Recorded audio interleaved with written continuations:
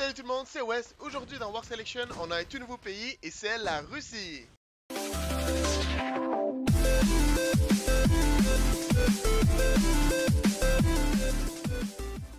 Aujourd'hui ensemble, on va découvrir les 9 nouvelles unités qui sont arrivées avec la Russie et la première est le Partisan. Les partisans sont la version industrielle de vos miliciens de l'Europe de l'Est, ce qui signifie qu'ils peuvent être créés à partir de vos maisons à chaque 150 secondes gratuitement. Ils peuvent se déplacer à une vitesse de 50 et causer 12 fois 7 de dommages grâce à leurs fusils à pompe qui tireront à chaque 5 secondes. De plus, ils peuvent tirer jusqu'à une distance de 80 avec une dispersion de balles de 20%. Puis pour leur armure, ils ont 20% de chance de se défendre contre 4 de dégâts, 30% de chance contre 2, 20% contre 1 et 30% de chance contre 0. Vos loyaux citoyens vont être très efficaces pour pouvoir défendre votre base, par exemple contre la cavalerie ou encore comme bouclier main lors d'une attaque avec votre infanterie.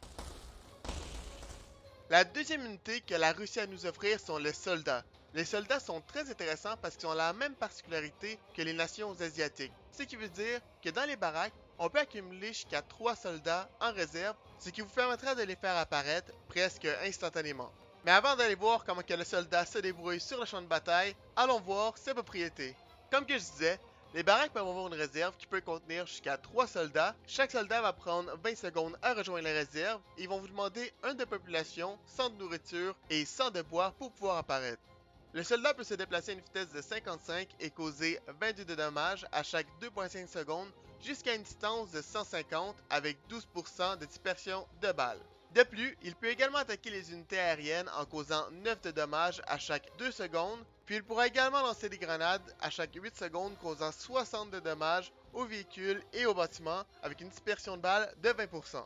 Pour ce qui est de son armure, il a 20% de chance de se défendre contre 4 de dégâts, 30% contre 2, 20% contre 1 et 30% de subir la totalité des dégâts. Dû à leur production rapide, les soldats vont être très efficaces à la défense et leurs positions pourront toujours être renforcées par vos partisans. Mais ils ne sont pas simplement doués à la défense. Sur le champ de bataille, vos soldats seront capables de détruire tout véhicule léger grâce à leurs grenades. De plus, ils pourront également s'en prendre aux bâtiments adverses, puis finalement, défendre contre les unités aériennes de vos ennemis. Maintenant, regardons ensemble la première unité de cavalerie qui sont les Red Devils. Les Red Devils vont vous demander 40 secondes pour apparaître, 2 de population, 250 de nourriture et 50 de bois. Pour ses stats, il peut se déplacer à une vitesse de 100, causant 25 de dommages chaque 0,9 secondes à une distance de 8. Et pour sa défense, il a 60% de chance de se défendre contre 4 de dommages, 35% contre 2 de dommages et 5% contre 0 de dommages. Malgré leur vitesse de déplacement plus lente, les Red Devils vont être très efficaces sur le champ de bataille dû à leurs attaques plus rapides que la cavalerie régulière. Il sera donc une très bonne unité pour submerger votre ennemi, en plus de pouvoir adopter la stratégie Hit and Run pour détruire l'économie de votre adversaire. La prochaine unité que la Russie a à vous offrir est la cavalerie entière Tachanka. Elle vous prendra 60 secondes pour apparaître, 4 de population, 600 de nourriture, 500 de bois et 100 de métal. Le Tachanka peut se déplacer à une vitesse de 60 et va causer 15 fois 20 de dommages grâce à sa mitrailleuse à chaque 5 secondes. Il va tirer entre une distance de 50 à 150 avec une dispersion de balles de 18%. Pour ce qui est de son armure, il a 85% de chance de se défendre contre 25 de dommages, 10% de chance contre 10 de dommages et 5% contre 0. Bien que le Tachanka soit une unité situationnelle, puisqu'il peut simplement attaquer l'aviation, il est le cauchemar de toute unité aérienne, puisqu'il peut simplement tirer et courir à répétition jusqu'à ce que tous ses ennemis se soient écrasés sur le sol. Maintenant, regardons ensemble la dernière unité de la première révolution industrielle qui est la Faux de la Mort. Cette unité d'artillerie va se construire dans votre usine et va vous demander 100 secondes pour apparaître, 4 de population, 400 de nourriture, 300 de bois et 400 de métal.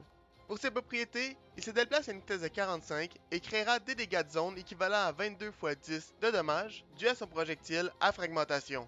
Il attaquera à chaque 10 secondes entre une distance de 90 à 320 avec une dispersion de balles de 15%. Pour son armure, il a 70% de chance de se défendre contre 15 de dommages, 20% contre 2 et 10% contre 0. Sur le champ de bataille, le Dead Sight est l'ennemi juré de l'infanterie. Grâce à ses projectiles à fragmentation, il peut éliminer facilement un groupe de soldats ou de cavaliers sans subir le moindre dégât. Cependant, faites attention, car tout type de tank va détruire rapidement votre Dead Sight, puisque les projectiles à fragmentation causent quasiment aucun dommage au tank. Passons maintenant à la deuxième révolution industrielle avec le Rocket Launcher, ou si vous préférez, le Katyusha. Donc, il va prendre 150 secondes pour apparaître, 10 de population, 400 de nourriture, 1500 de bois et 600 de métal.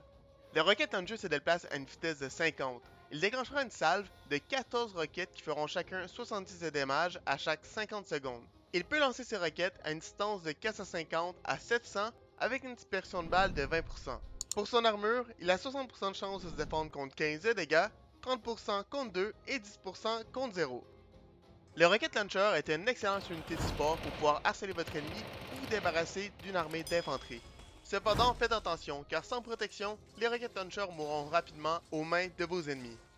La seconde unité qu'elle a réussi à nous offrir à la deuxième révolution industrielle est le tank Lance-Flamme.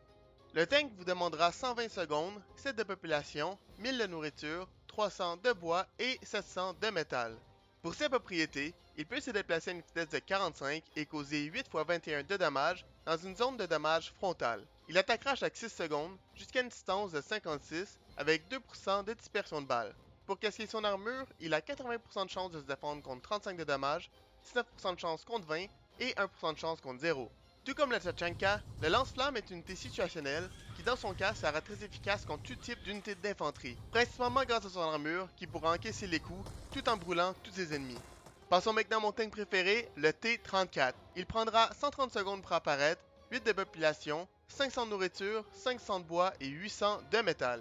Ce que j'adore avec le T-34, c'est qu'il peut se déplacer rapidement, considérant que c'est un tank de l'Europe. Il a une vitesse de déplacement de 60 et il va causer 90 de dégâts à chaque 6 secondes entre une distance de 22 à 170 avec une dispersion de balles de 15%. Pour son armure, il a 30% de chance de se défendre contre 50 de dégâts, 60% de chance contre 40, 9% contre 15 de dégâts et 1% contre 0. En nombre, grâce à leur vitesse d'attaque rapide, les T-34 sont capables de détruire bon nombre de tanks adverses. Cependant, je vous conseille très fortement de les combiner avec des IS-2 qui pourront plus facilement absorber les dégâts de vos ennemis. Et en parlant de IS-2, le voici. Il prendra 180 secondes pour apparaître, 12 de population, 500 de nourriture, 800 de bois et 1500 de métal. Le IS-2 peut se déplacer à une vitesse de 38, il va causer 120 de dommages à chaque 9 secondes, entre 30 à 220 de distance et avec une dispersion de balles de 15%. Pour casser son armure, il a 40% de chance de se défendre contre 60 de dommages, 50% de chance contre 40, 9% contre 17 et 1% contre 0. Sur le terrain, le IS-2 va être excellent pour absorber les dégâts de l'ennemi grâce à son armure, mais également grâce à ses 1100 points de vie. Le tout en étant capable de causer des dégâts décents à ses ennemis. Pour résumer, la Russie va être un pays excellent pour pouvoir combattre toutes sortes d'armées d'infanterie, tout en restant décent dans les autres types de batailles. Et maintenant, passons à la surprise. Aujourd'hui pour vous, j'ai un code pour débloquer la Russie. Pour participer, vous devez lâcher un pouce bleu, vous abonner à ma chaîne, puis laissez-moi savoir en commentaire quel type de vidéo vous aimez voir sur ma chaîne ou qu'est-ce que vous aimeriez voir, ou encore, quel autre type de jeu vous aimeriez voir sur ma chaîne pour que je puisse me diversifier. Sur ce, j'espère que vous avez aimé la vidéo, je vous souhaite bonne chance pour le concours, puis on se voit dans la prochaine vidéo.